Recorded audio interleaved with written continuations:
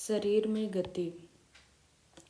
बिल्कुल शांत होकर बैठिए और अपने शरीर में होने वाली गतियों का अनुभव कीजिए। आप समय समय पर अपनी पलकें या तो झपकाते ही होंगे। स्वयं श्वास लेते समय अपने शरीर में होने वाली गतियों का प्रेक्षण कीजिए। हमारे शरीर में स्वतः ही अनेक गतियाँ निरंतर होती रहती हैं। जब आप अपनी नोटबुक में लिखते हैं तब आपके शरीर का कौन सा भाग गति करता है। जब आप मुड़कर अपने मित्र को देखते हैं तब शरीर का कौन सा भाग गति करता है। उपर्युक्त सभी उदाहरणों में आपके उसी स्थान पर रहते हुए भी आपके शरीर का कोई न कोई भाग गति करता है। आप एक स्थान से दूसरे स्थान पर जाते हैं। आप उठकर अपने अध्यापक के पास जाते हैं, कक्षा के बाद विद्यालय के मैदान में जाते हैं अथवा विद्यालय के बाद अपने घर जाते हैं। तो इस स्थिति में आप एक स्थान से दूसरे स्थान तक वास्तव में चलकर जाते हैं। आप चलकर, दौड़कर या कूदकर एक स्थान से दूसरे स्थान पर जाते हैं। आइए अपने मित्रों, अध्यापकों एवं अभिभावकों से चर्चा करके 8:30 एक भरते हुए यह देखते हैं कि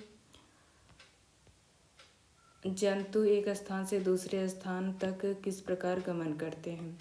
बूझे पौधों की गति को लेकर आश्चर्यचकित है। वह जानता है कि पौधे एक स्थान से दूसरे स्थान तक गति नहीं करते, परंतु वे किसी दूसरे प्रकार की गति को प्रदर्शित करते हैं। जंतु एक स्थान से दूसरे स्थान तक कैसे गमन करते हैं। गाय पैर जंतु कैसे गमन करते हैं, चलती है। मनुष्य पैर चलते हैं। सांप पूर्ण शरीर रेंगकर, पक्षी पंख उड़कर, कीट पंख उड़कर, मछली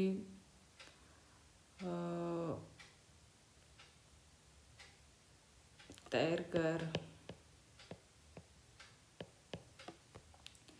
चलना, टहलना, दौड़ना, उड़ना, छलांग मारना, रेंगना या तैरना इत्यादि जंतुओं के एक स्थान से दूसरे स्थान तक जाने के कुछ ढंग हैं। जंतुओं के एक स्थान से दूसरे स्थान तक जाने के तरीकों में इतनी अधिक विविधता क्यों है? क्या कारण है कि अनेक जंतु चलते हैं जबकि सांप रेंगते हैं और मछली तैरती है? मानव शरीर एवं उनकी गतियाँ। जंतुओं की विविध गतियों पर ध्यान देने से पूर्व आइए अपने शरीर की कुछ गतियों को ध्यानपूर्वक देखें। क्या आपको विद्यालय में शारीरिक व्यायाम करते समय आनंद आता है? विद्यालय में शारीरिक व्यायाम कराते समय आपके हाथ एवं पैर किस प्रकार की गति करते हैं? आइए हमारा शरीर जिन गतियों को करने योग्य है, हम उनके बारे में कुछ शारीरिक गतियों को करने का प्रयास करते हैं। एक काल्पनिक विकेट पर काल्पनिक गेंद फेंकने का प्रयास कीजिए। आप अपना हाथ किस प्रकार घुमाते हैं? क्या आप अपने कंधे से वृत्ताकार रूप में घुमाते हैं? क्या आपका कंधा भी गति करता है? पीठ के बल लेट जाइए तथा अपने पैर को कूल्हे के चारों ओर घुमाइए। अपनी भुजा को कोहनी से ऊपर नीचे कीजिए। इसी प्रकार पैरों को घुटने से मोड़िए। अपने हाथों को अपने पार्श्व में सीधा तानिए। भुजा को मोड़ते हुए अंगुलियों से कंधे को छूइए। आपने अपने हाथ का कौन सा भाग मोड़ा? हाथों को सीधा तानकर नीचे की ओर झुकने का प्रयास कीजिए। क्या आप ऐसा कर पाते हैं? अपने शरीर के विभिन्न हिस्सों से गति करने का प्रयास कीजिए एवं प्रेक्षण को 8:30 में नोट कीजिए। क्या कारण है कि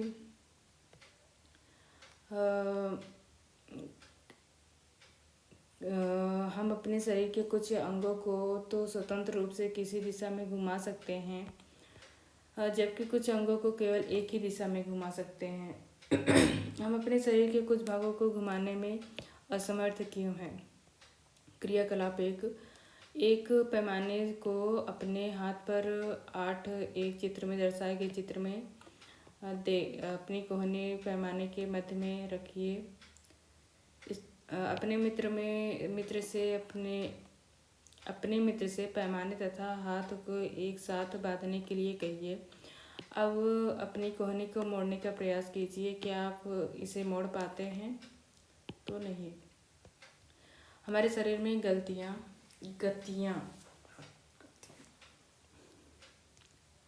शरीर का भाग गर्दन पूर्णतः घूमता है, अंशतः घूमता है, झुकता है,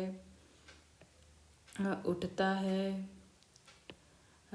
गति बिल्कुल नहीं करती।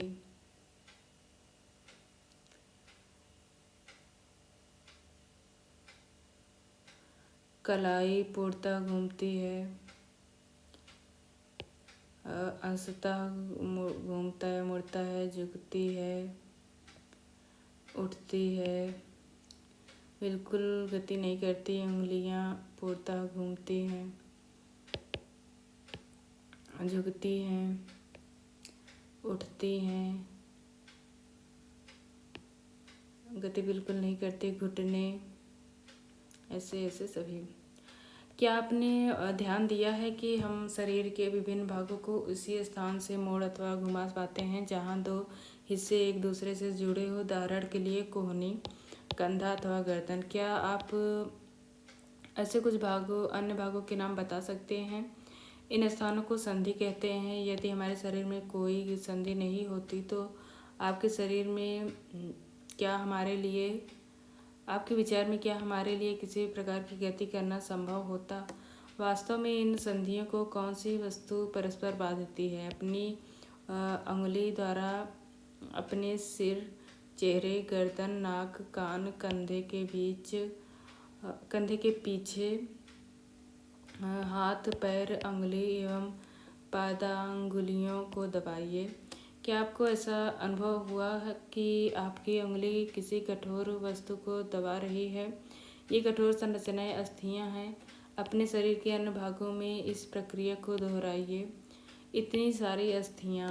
जब अस्थियों को नहीं मोड़ा जा सकता तब हम अपनी कोहनी को कैसे मोड़ लेते हैं? हाथ के ऊपरी हिस्से से लेकर कलाई तक एक ही लंबी अस्थि नहीं होती। वास्तव में अनेक अस्थियां कोहनी तक जुड़ी होती हैं। इसी प्रकार हमारे शरीर के प्रत्येक हिस्से में अनेक अस्थियां होती हैं। हम अपने शरीर को कैसे उसी स्थान पर हिला या झुका नहीं सकते जहां ये अस्थियां एक दूसरे से मिलती हैं। विभिन्न गतिविधियों एवं विभिन्न प्रकार की गतियों के लिए हमारे शरीर में अनेक प्रकार की संधियां होती हैं। आइए इनमें से कुछ के बारे में जानें। कंदुक खल्लिका संधि। क्रियाकलाप 2। कागज की एक पट्टी का एक बेलन के रूप में मोड़िए। रबड़ अथवा प्लास्टिक की एक पुरानी गेंद में एक छेद करके उन्हें मुड़े हुए कागज के बेलन को डालिए, जैसा कि चित्र 8.2 में दर्शाया गया है। आप कागज के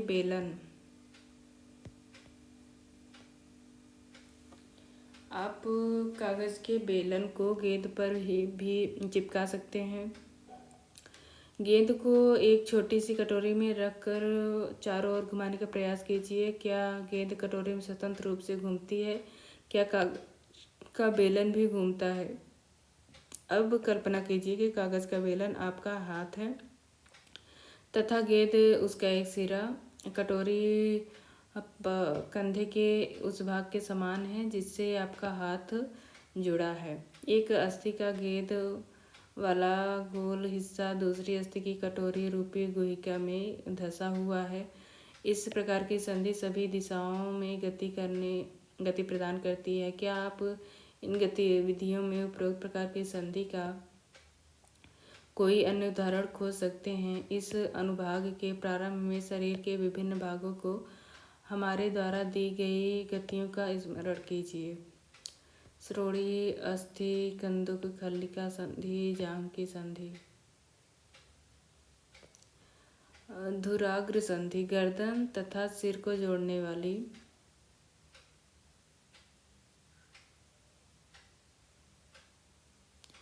संधि धुराग्र संधि।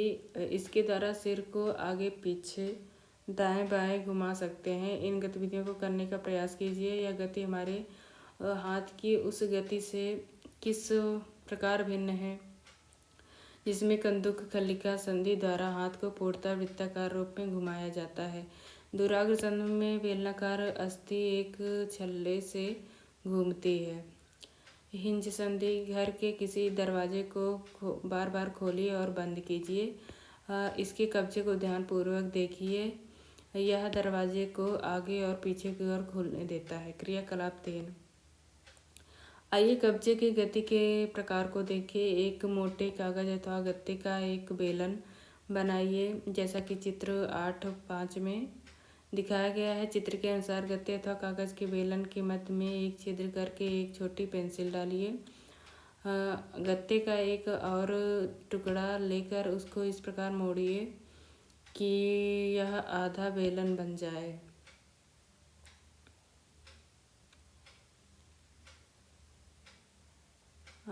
आधे बेलन पर रखा पूर्ण बेलन कब्जे की भांति है। पेंसिल लगे बेलन को चलाने का प्रयास कीजिए। यह किस प्रकार गति कहता है। यह गति आपके द्वारा बनाए गए कंदुक खल्लिका संधि की गति से किस प्रकार भिन्न है। हमने क्रियाकलाप 1 में कोहनी में इसी प्रकार की गति का देखी है। चित्र 8.5 में जो हमने बनाया था वह एक हिंज से भिन्न है, लेकिन इससे यह पता चलता है कि हिंज एक दिशा में गति होने देता है। कोहनी में हिंज संधि होती है जिससे केवल आगे और पीछे एक ही दिशा में गति हो सकती है। कि आप ऐसी संधि के कुछ और उदाहरण सोच सकते हैं। अचल संधि। हमारे सिर की अस्थियों के बीच की कुछ संधियां उन संधियों से भिन्न है जिनकी चर्चा हमने अब तक की है। ये अस्थियां इन संधियों पर हिल नहीं सकती। ऐसी संधियों को अचल संधि कहते हैं। जब आप अपना मुंह खोलते हैं तो आप अपने निचले जबड़े को सिर से दूर ले जाते हैं। आप अब अपने ऊपरी जबड़े को हिलाने का प्रयास कीजिए। क्या आप इसे गति दे पाते हैं। ऊपरी जबड़े एवं कपाल के मध्य अचल संधि है। हमने केवल कुछ संधियों की ही चर्चा की है जो हमारी अस्थियों को एक दूसरे से जोड़ती है। हमारे शरीर के विभिन्न अंगों को विभिन्न आकृति कौन प्रदान करता है। यदि आप एक गुड़िया बनाना चाहते हैं तो आप पहले क्या बनाएंगे। संभवतः गुड़िया को एक आकृति प्रदान करने के लिए आप एक ढांचा तैयार करेंगे। आप ऐसा नहीं करेंगे। हमारे शरीर की सभी अस्थियां ठीक इसी प्रकार शरीर को एक सुंदर आकृति प्रदान करने के लिए एक ढांचे का निर्माण करती हैं। इस ढांचे को कंकाल कहते हैं। हम कैसे जानते हैं कि यह मानव कंकाल की आकृति है। हम शरीर की विभिन्न अस्थियों की आकृति के विषय में किस प्रकार जान पाते हैं।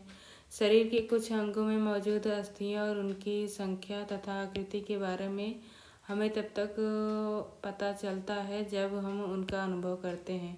एक्सरे चित्र में हमें शरीर के सभी कठोर अस्थियों की आकृति का पता चलता है। क्या कभी आपका अथवा आपके परिवार के किसी सदस्य का एक्सरे हुआ है। कई बार चोट लगने पर चिकित्सक एक्सरे करवाते हैं जिससे उन्हें अस्थियों को संभावित क्षति के विषय में जानकारी प्राप्त होती है। एक्सरे चित्र से हमें शरीर की अस्थियों की आकृति का पता चलता है। अपने हाथ के अग्र एवं ऊपरी भाग तथा पैर के निचले एवं ऊपरी भाग की अस्थियों का अनुभव कीजिए। प्रत्येक अंग की अस्थियों की संख्या का पता लगाइए। अपने घुटने तथा कोहनी की अस्थियों को ठीक इसी प्रकार अनुभव करें और एक्सरे चित्र से तुलना कर प्रत्येक भाग में अस्थियों की संख्या ज्ञात कीजिए। अपनी अंगुलियों को मोड़िए। क्या आप उन्हें प्रत्येक संधि स्थल पर मोड़ सकते हैं। आपकी मध्यमा में कितनी अस्थियां हैं। अपनी हथेली के पिछले भाग का स्पर्श करके अनुभव कीजिए। क्या इसमें अनेक अस्थियां हैं। क्या आपकी कलाई लचीली है या अनेक छोटी छोटी अस्थियों से बनी है जिन्हें कार्पेल कहते हैं। यदि इसमें मात्र एक ही अस्थि है तो क्या होता। क्रियाकलाप 4। गहरी सांस भरकर इसे कुछ समय तक रोके रहिए और अपने वक्ष और पेट को हल्के से दबाकर अपनी अस्थियों का अनुभव कीजिए। जितनी पसलियां वक्ष की अस्थियों को आप गिन सकते हैं गिन लीजिए। चित्र 8-10 को ध्यान से देखिए और वक्ष की अस्थियों की तुलना करके अपने उपयुक्त अनुभव से कीजिए। हम देखते हैं कि ये की पसलियाँ विशेष रूप से मुड़ी हुई हैं। ये वक्ष की अस्थि एवं मेरुदंड से जुड़कर एक बक्से की रचना करती हैं। इस शंकु रूपी बक्से को पसली पिंजर कहते हैं। वक्ष के दोनों तरफ 12 पसलियाँ होती हैं। 1 2 3 4 5 6 7 8 9 10 11 12 पसलियाँ होती हैं। हमारे शरीर के कुछ महत्वपूर्ण अंग इसमें सुरक्षित रहते हैं। हमने अपने कुछ मित्रों को बिना घुटने मोड़े झुककर अपने पाँव की अंगुलियां छूने को कहिए। क्या यह चिकनी, समतल अथवा अखंड है? अपनी अंगुलियों को अपने मित्र की गर्दन से प्रारंभ करके उसकी पीठ तक नीचे की ओर लाइए। आपके द्वारा अनुभव की गई संरचना मेरुदंड है। यह अनेक छोटे छोटी अस्थियों से बना है, जिसे कशेरुका कहते हैं। मेरुदंड 33 कशेरुकाओं का बना होता है। पसली पिंजर भी वक्ष क्षेत्र की इन अस्थियों से जुड़ा है। यदि मेरुदंड केवल एक ही अस्थि का बना होता तो क्या आपका मित्र इस प्रकार नीचे झुक सकता था? अपने मित्र को खड़े होकर हाथों से किसी दीवार को धक्का लगाने के लिए कहिए। उससे कहिए कि वह अपने हाथों से दीवार पर धक्का लगाने का प्रयास करें। क्या आपको उसके कंधों के समीप 2 उभरी हुई अस्थियां दिखाई देती हैं? इन्हें कंधे की अस्थियां कहते हैं। कंधे की अस्थियां। ध्यानपूर्वक चित्र 8-13 को ध्यानपूर्वक देखिए। यह संरचना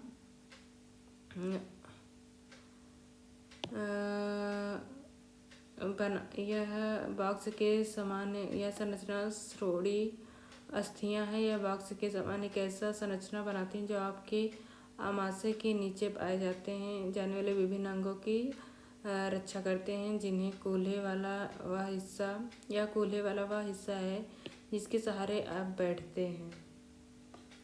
आपकी खोपड़ी अनेक अस्थियों के एक दूसरे से जुड़ने से बनी है। यह हमारे शरीर के अति महत्वपूर्ण अंग मस्तिष्क को परिबद्ध करके आपकी सुरक्षा करती है।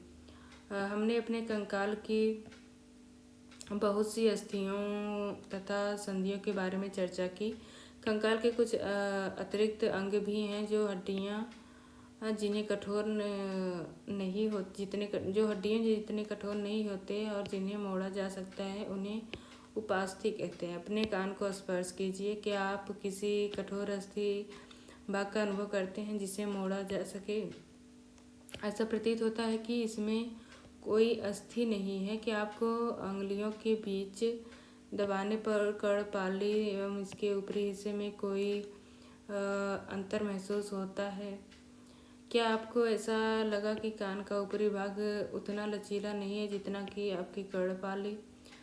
परंतु यह अस्थि जैसा कठोर भी नहीं है। ये उपास्थि हैं। शरीर की संधियों में भी उपास्थि पाई जाती हैं। हमने देखा कि मानव कंकाल अनेक अस्थियों, संधियों एवं उपास्थियों से मिलकर बना है। क्या आप उनमें से कुछ को देख सकते हैं, मोड़ सकते हैं तथा गति दे सकते हैं? अपनी नोटबुक में कंकाल का स्वच्छ आलेख बनाइए। हमने अपने शरीर के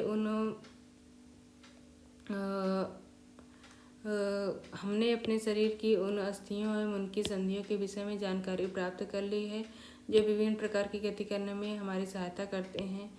अस्थियों को इस प्रकार की गति करने योग्य कौन बनाता है? आइए इसका पता लगाएं। अपने एक हाथ की मुट्ठी बनाइए। मुट्ठी के अंगूठे से इसी बाजू के कंधे को छूने का प्रयास कीजिए। क्या आप अपनी पूरी ऊपरी भुजा में कुछ परिवर्तन अनुभव करते हैं?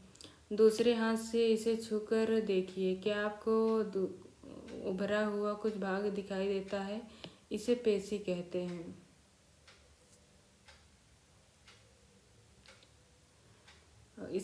कहते हैं। संकुचित लंबाई में कमी होने के कारण पेशियां उभर जाती हैं। जब आप अपने हाथ को पुनः सामान्य स्थिति में लाइए, पेशियों का क्या होता है?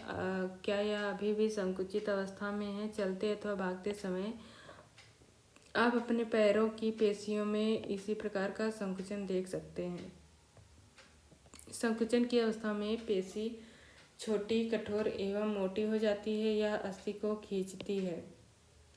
किसी अस्थि को गति प्रदान करने के लिए दो पेशियों को संयुक्त रूप से कार्य करना होता है। जब दो पेशियों में से कोई एक सिकुड़ती है तो अस्थि उस दिशा में खींची जाती है। युगल की दूसरी पेशी शिथिल लंबाई में बढ़कर पतली हो जाती है, शिथिल अवस्था में आ जाती है। अस्थि को विपरीत दिशा में गति करने के लिए अब शिथिल पेशी सिकुड़कर अस्थि को अपनी पूरी स्थिति में खींचती है, जबकि अगली पेशी अब शिथिल हो जाती है। पेशी केवल खींच सकती है, वह धक्का नहीं दे सकती। अतः एक अस्थि को गति देने के लिए दो पेशियों को संयुक्त रूप से कार्य करना होता है। क्या गति के लिए हमारा हमेशा अस्थियों पेशियों की आवश्यकता होती है? दूसरे जंतु किस प्रकार चलते हैं? क्या सभी जंतुओं में अस्थियां पाई जाती हैं? केंचुए अथवा घोंघे में क्या होता है? आइए कुछ जंतुओं की गतियों का अध्ययन करते हैं। जंतुओं की चाल। केंचुआ। बगीचे में चलते हुए केंचुए का परीक्षण कीजिए। इसे पकड़कर एक स्याही सोख फिल्टर पेपर पर रखिए। इसकी गति का परीक्षण कीजिए। इसके पश्चात केंचुए को एक कांच की पट्टी, टुकड़े, टाइल अथवा किसी चिकनी सतह पर रखिए तथा इसकी गति का परीक्षण कीजिए। क्या यह गति पेपर पर केंचुए की गति से भिन्न है? ऊपर की दो सतहों में से किस पर केंचुआ आसानी से चल सकता है?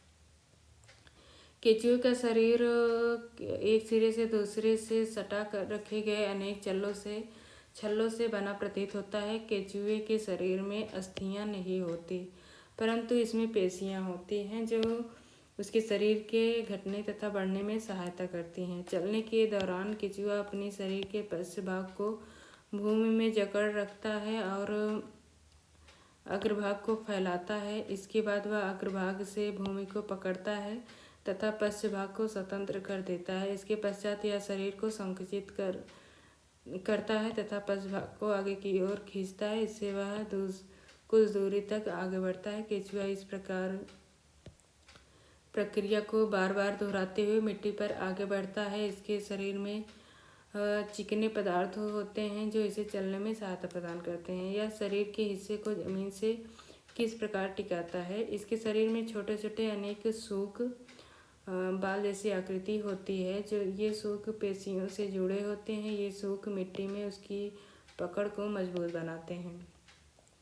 केंचुआ वास्तव में अपने रास्ते में आने वाली मिट्टी को खाता है। इसका शरीर अनपचे पदार्थ को बाहर निकाल देता है। केंचुए द्वारा किया गया यह कार्य मिट्टी को उपजाऊ बनाता है।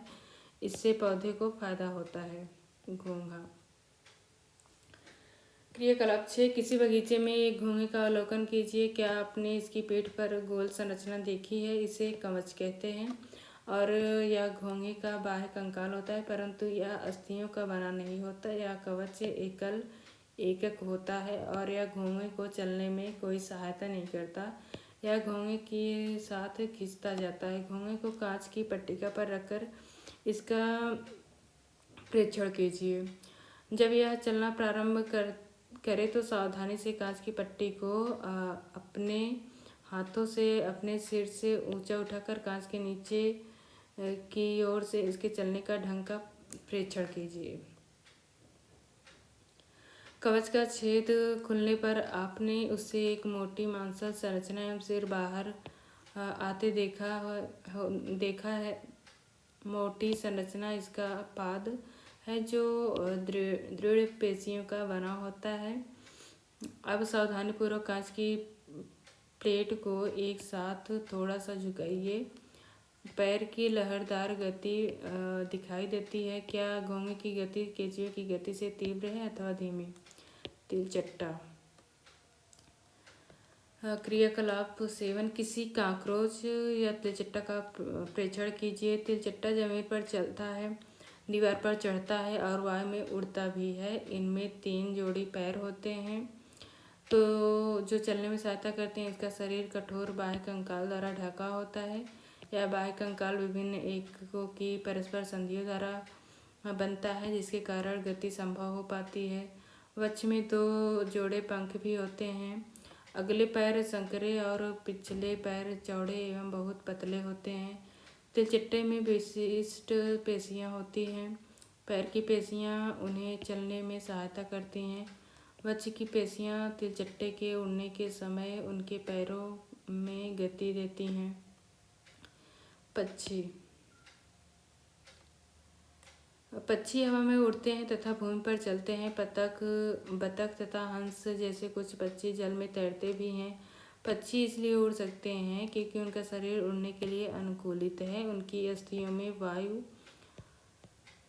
प्रकोष्ठ होते हैं, जिनके कारण उनकी अस्थियां हल्की परंतु मजबूत होती हैं। पश्चपाद की अस्थियां चलने एवं बैठने के लिए अनुकूलित होती हैं। अग्रभाग की अस्थियां रूपांतरित होकर पक्षी के पंख बनाती हैं। कंधे की अस्थियां मजबूत होती है। बच्चे की अस्थियां उड़ने वाली पेशियों को जकड़ रखने में विशेष रूप से रूपांतरित होती हैं तथा पंखों को ऊपर नीचे करने में सहायता करती हैं। पक्षी का कंकाल। मछली कागज की एक नाव बनाकर उसे पानी पर इस प्रकार रखिए कि उनका निचला भाग आगे की ओर रहे। इसे धीरे से धक्के दीजिए। क्या यह जल पर आगे की ओर तेजी से जाता है? अब नाव को दोनों सिरे से पकड़कर इस प्रकार धक्का दीजिए कि वह चौड़ी ओर से जल में जाए। क्या यह इस प्रकार जल सरलता से चलती है? क्या आपने ध्यान दिया कि नाव की आकृति काफ़ी सीमा तक मछली जैसी होती है? मछली का सिर एवं पूंछ उसके मध्य भाग की अपेक्षा पतला एवं नुकीला होता है। शरीर की ऐसी आकृति धारा रेखीय कहलाती है। इसी विशेष आकृति के कारण जल इधर उधर बहकर निकल जाता है और मछली जल में सरलता से तैर सकती है। मछली का कंकाल दृढ़ पेशियों से ढका रहता है। तैरने की प्रकृति में शरीर का अग्रभाग एक ओर मुड़ जाता है तथा पूंछ विपरीत दिशा में जाती है। मछली चित्र 8.24 के अनुसार शरीर को मोड़ती है तथा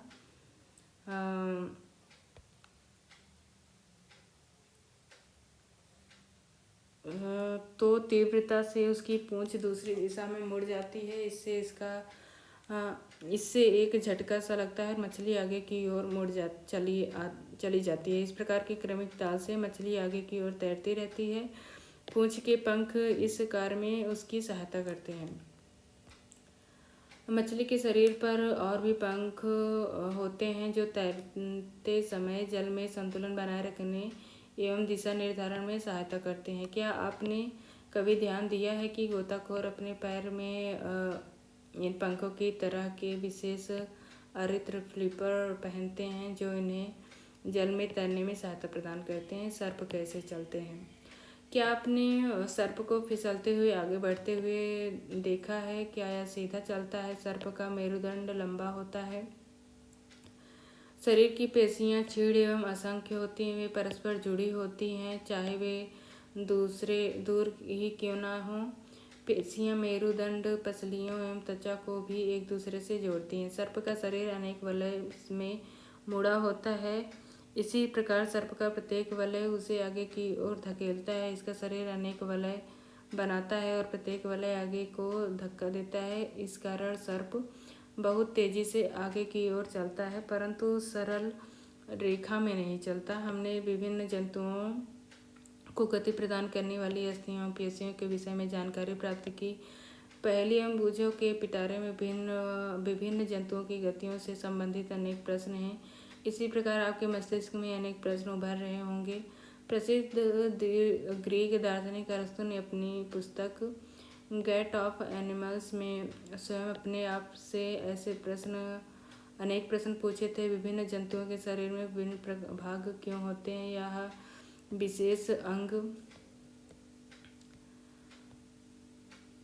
उन जंतुओं की विशेष गति में किस प्रकार सहायक हैं? विभिन्न जंतुओं के शारीरिक अंगों में क्या समानताएं एवं विभिन्नताएं हैं?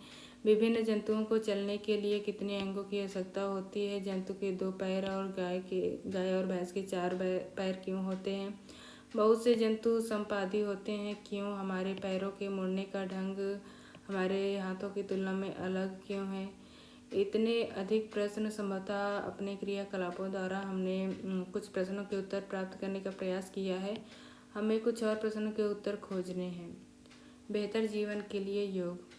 योग प्राचीन भारतीय परंपरा का एक अमूल्य उपहार है। संयुक्त राष्ट्र द्वारा 21 जून को अंतर्राष्ट्रीय योग दिवस के रूप में घोषित किया गया है। योग व्यक्ति को स्वस्थ रखता है या मेरुदंड को सीधा रखने में मदद करता है, जिससे आप सीधे बैठते हैं, झुक कर नहीं। योग की कई मुद्राएं होती हैं जिससे आप स्वयं का वजन उठाते हैं,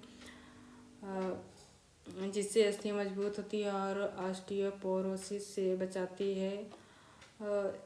यह जोड़ों के दर्द को कम करती है, जो अधिकतर बुजुर्ग लोगों में देखा जाता है। इससे शरीर की सभी मांसपेशियां सक्रिय रहती हैं। इससे हृदय भी स्वस्थ रहता है, जिससे वह अधिक दक्षता से कार्य करता है।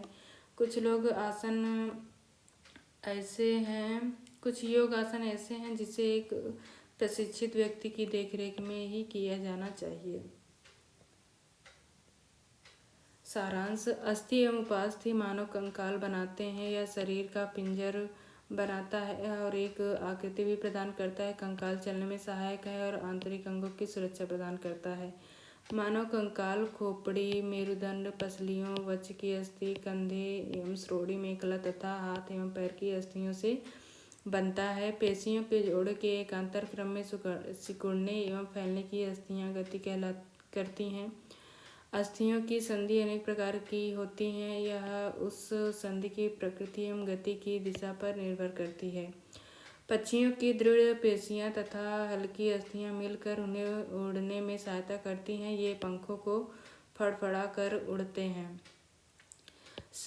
मछली शरीर के दोनों ओर एकांतर क्रम में वलय बनाकर जल में चलती हैं। सर्प अपने शरीर के दोनों ओर एकांतर क्रम में वलय बनाते हुए भूमि पर वलयाकार गति करता हुआ आगे की ओर फिसलता है। बहुत सारी अस्थियां एवं उससे जुड़ी पेशियां शरीर को आगे की ओर धक्का देती हैं। तिलचट्टे का शरीर एवं पैर कठोर आवरण से ढके होते हैं, जो बाह्य कंकाल बनाता है। वक्ष की पेशियां 3 जोड़ी पौधे एवं 2 जोड़ी पंखों से जुड़ी होती हैं, जो तिलचट्टे को चलने एवं उड़ने में सहायता प्रदान करती हैं। केंचुए में गति शरीर की पेशियों की बारी बारी से विस्तरण एवं संकुचन से होता है। शरीर की अधः सतह पर सूक केंचुए को भूमि पर पकड़ बनाने में सहायक है। घोंघा पेशीय पाद की सहायता से चलता है। सोचने के लिए बातें। हमने उन गतियों की चर्चा की जिनको करने में हमारा शरीर सक्षम है। इन सभी गतियों के लिए शरीर को स्वस्थ अस्थियों, पेशियों, संधियों एवं उपास्थि की आवश्यकता होती है। हमें से कुछ ऐसे लोग ऐसे विकार से पीड़ित हैं जिसके कारण इन गतियों को करना इतना सरल नहीं होता। अपनी कक्षा में ऐसे क्रियाकलापों का आयोजन कीजिए और ऐसे उपाय खोजने का प्रयास कीजिए जिनके द्वारा किसी एक प्रकार की गति बाधित होने पर भी व्यक्ति अपनी दिनचर्या सुचारू रूप से चला सके। उदाहरण के लिए क्रियाकलाप 1 का स्मरण कीजिए, जिसमें आपने अपने हाथ पर एक पैमाना बांधकर अपनी कोहनी की गति को बाधित कर दिया था। शरीर की सामान्य गतियों को कृत्रिम रूप से बाधित करने के कुछ और तरीके सोचिए और ऐसे उपाय खोजिए जिनके द्वारा प्रतिदिन के क्रियाकलाप संपादित किए जा सकें।